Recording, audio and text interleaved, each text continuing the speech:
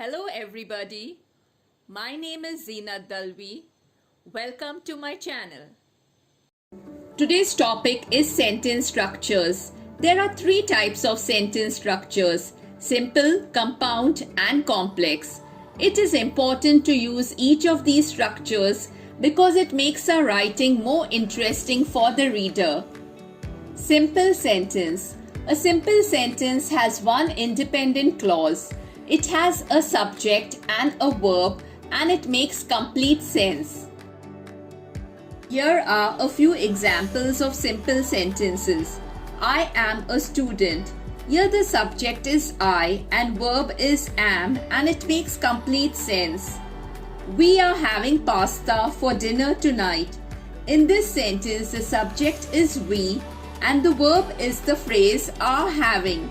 It has the auxiliary or helping verb are and the main verb having. But still are having is a phrase that acts as one verb. Jim closed the window. Here the subject is Jim and the verb is closed. Sometimes simple sentences can have a compound subject like in this sentence. Jim and Tom went to the park. Here the compound subject is Jim and Tom and the verb is went.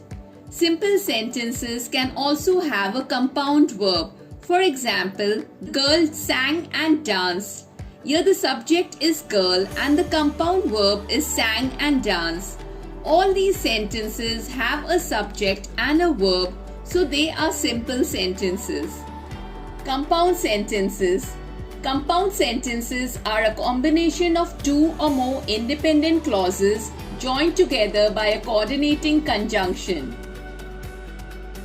Remembering the acronym FANBOYS is an easy way to remember the coordinating conjunctions which we can use to join independent clauses.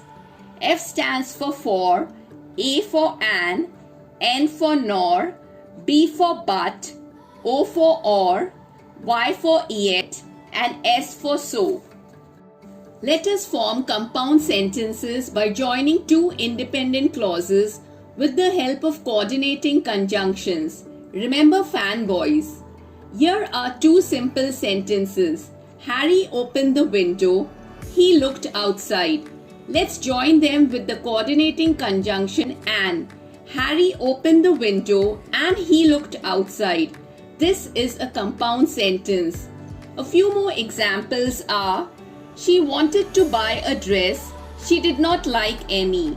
She wanted to buy a dress, but she did not like any.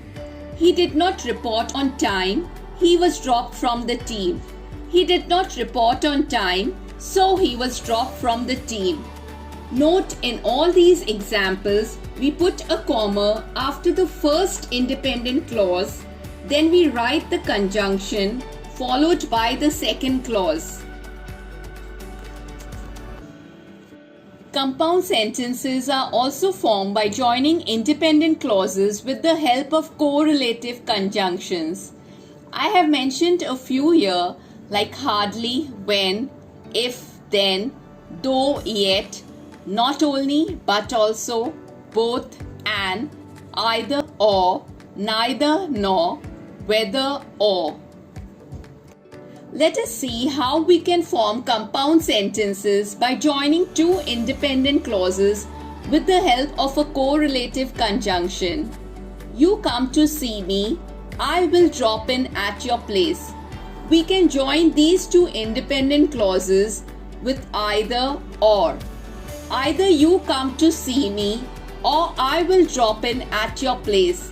This is a compound sentence. A few more examples are: my father is ill, my mother is ill. Both my father and mother are ill.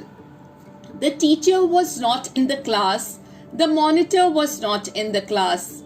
Neither the teacher nor the monitor was in the class. Complex sentences. Complex sentences are composed of an independent clause and a dependent clause.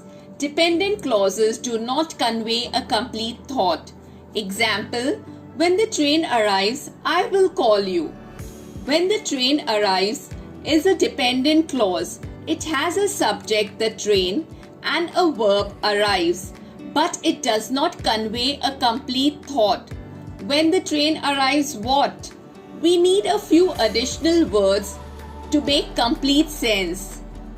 I will call you is an independent clause. It has a subject I and a verb call, and it conveys a complete thought. When we join this dependent clause and the independent clause, it makes complete sense and it becomes a complex sentence. When the train arrives, I will call you.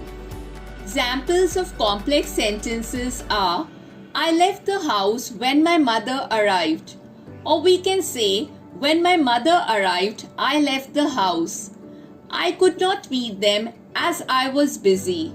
Or, as I was busy, I could not meet them. In these examples, you see that the dependent clauses start with a linking word like when and as.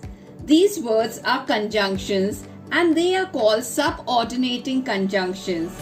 Also note, if the dependent clause comes first, we put a comma after it and then we write the independent clause. But if the independent clause comes first, then we do not put a comma. There is another type of dependent clause that you need to know about, and that is the relative or adjective clause. A relative clause uses a relative pronoun like who, which, that, etc. For example, I met Sarah, who has joined our company. This sentence is a combination of two sentences. I met Sarah, Sarah has joined our company. Both of these are simple sentences and we combine them using the relative pronoun who. So who has just joined our company is a relative or dependent clause that gives us information about Sarah, and the entire sentence is a complex sentence. Here is another example.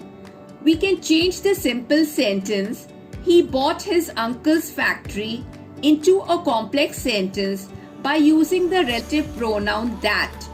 He bought the factory that belonged to his uncle. That belonged to his uncle is the relative or dependent clause. So just remember that relative clauses can also be part of a complex sentence. It's quiz time. State whether these sentences are simple, complex or compound. You may pause the video and try finding the answers. Here are the answers to the quiz. Please check your answers. Hope you found this video helpful. Please do like, share and subscribe for more such videos. Thank you, bye and take care.